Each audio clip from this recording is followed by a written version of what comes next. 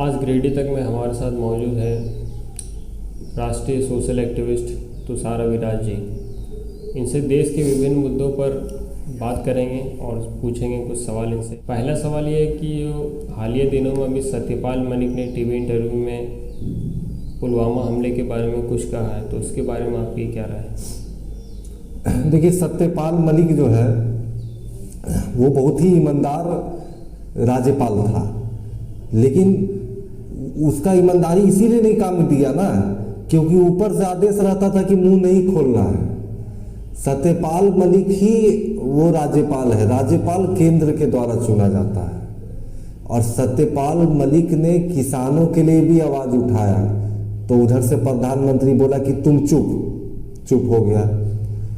लेकिन अब चूंकि वो राज्यपाल नहीं है, एक तो वैसे भी उनके साथ जो है उनका डिमोशन किया गया। बिहार थोड़ा सा बड़ा राज्य, फिर उसके बाद जम्मू कश्मीर उससे छोटा राज्य, फिर गोवा इतना सा राज्य, फिर लास्ट में मिजोरम में डाल करके फिर उनको धक्का देके भगा दिया। अब चूंकि वो नहीं है पार्टी में, तो अब वो हिम्मत कर रहे हैं। अरे सत्यपाल मलिक को 300 करोड़ रुपया देने के लिए ऑफर आया था कि आप 2 फाइल में साइन कर दीजिए। रिलायंस का कोई इंश्योरेंस वाला फाइल था, उसमें साइन करने के लिए 300 करोड़ रुपया का जो है आया उनके सामने। लेकिन वो सत्यपाल मलिक अच्छा आदमी है, जाट परिवार से बिलोंग करता है और स्वाभिमानी आदमी है, ठीक है, तो उनको बर्दाश्त नहीं हुआ।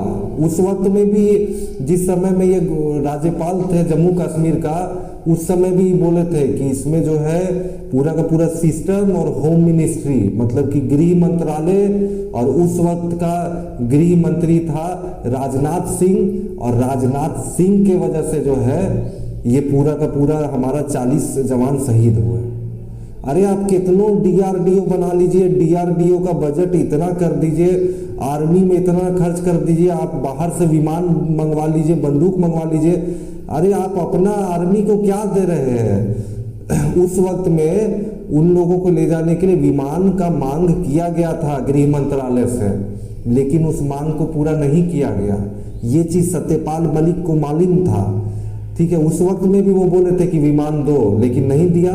और जो 40 जवान हमारे जो शहीद हुए जो है पूरा का पूरा भाजपा के वजह से हुआ, उस वक्त के गृह मंत्रालय के वजह से हुआ, नरेंद्र मोदी के वजह से जो है हमारे 40 का 40 जवान शहीद हुए। लेकिन कोई मीडिया वाला जो है नहीं सवाल उठाया, कोई मीडिया वाला सवाल नहीं उठाया। अगर यही चीज मनमोहन सिंह के टाइम में भी होता था, हमारे 1 या 2 जवान भी शहीद होते थे, तो उधर से भाजपा का 2-4 गो महिला मंत्री लोग चूड़ी लेके दौड़ जाते थे। लेकिन हिम्मत हुआ कि नरेंद्र मोदी से कोई मीडिया वाला सवाल पूछे? कोई नहीं पूछा। और आज सत्यपाल मलिक जब इसके खिलाफ में बोले, जब वो उनको लगा, जब उनका जमीर जागा, जब उनको लगा कि नहीं हमको बोलना चाहिए, जब बोले तो बदले में क्या मिला? तो सीबीआई पहुंच गया सत्यपाल मलिक के घर। तो ये अभी तत्कालीन परिस्थिति देश का बना हुआ है। दूसरा सवाल ये है कि कल जो है आनंद मोहन को रिहा कर दिया गया है, जिनके ऊपर एक दलित डीएम को मारने का आरोप है, उसके बारे में आपका क्या कहना है? आनंद मोहन नहीं, वो आतंक मोहन है, ठीक है। वो आतंकवादी था, गैंगस्टर था, बाद में उसको एमपी बना दिया गया। और वो जो प्रोटेस्ट हो रहा था उस दिन, वो प्रोटेस्ट भी एक गैंगस्टर का मरने पे ही हो रहा था। कोई गैंगस्टर नेता था जिसका मौत हो गया था, तो उसका जो है विरोध प्रदर्शन चल रहा था, जहां पे गोपालगंज के उस वक्त में जो डीएम थे उनका नाम था जी कृष्णैया, जो कि हैदराबाद के रहने वाले थे, बहुत ही गरीब परिवार से थे, यूपीएससी पास करके डीएम बने, फिर गोपालगंज में पोस्टेड थे। और उनको मालूम नहीं था कि वो वहां जाएंगे और वो उनका आखिरी दिन होगा। और ये आतंक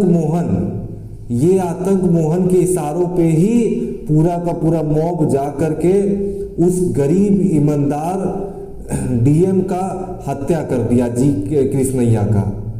आप सोच सकते हैं कितना बड़ा मामला था।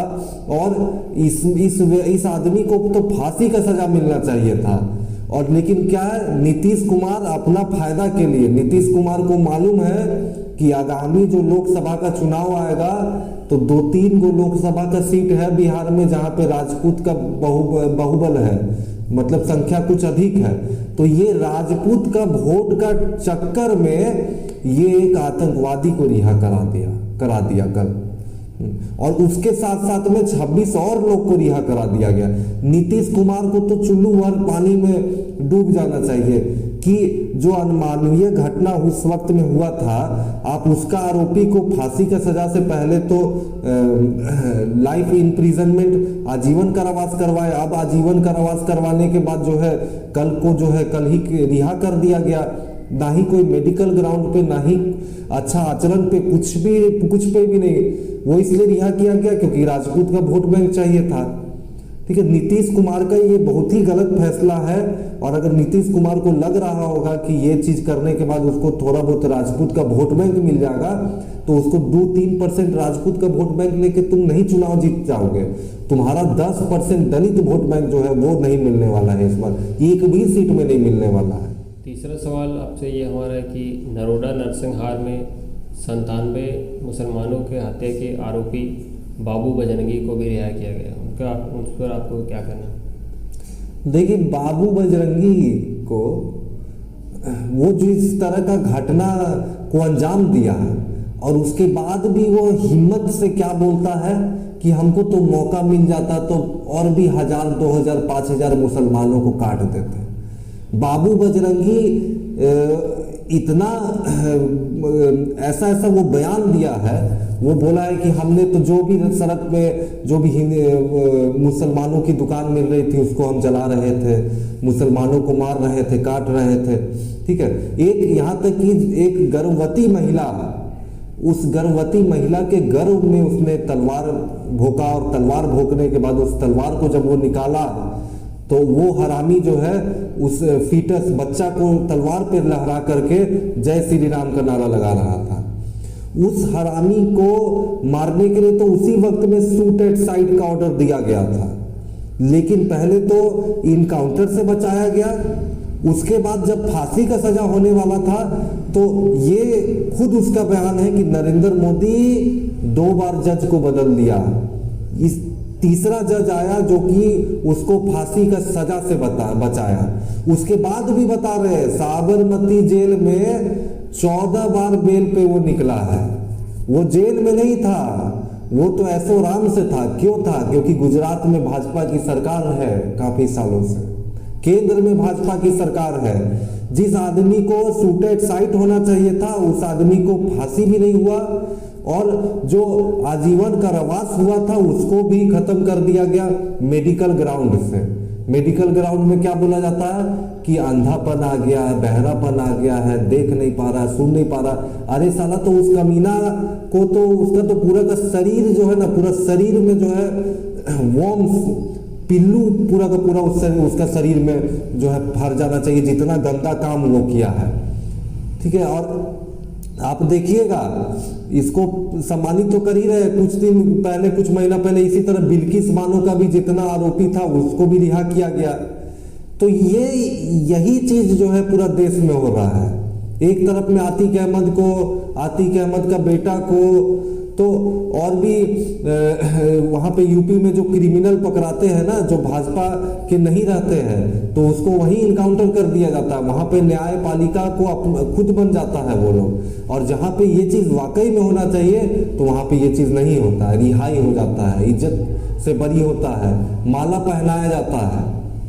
तो यही चीज़ अभी देश में चल रहा है। धन्यवाद आपका गिरिडीह दर्शन में बात करने के लिए।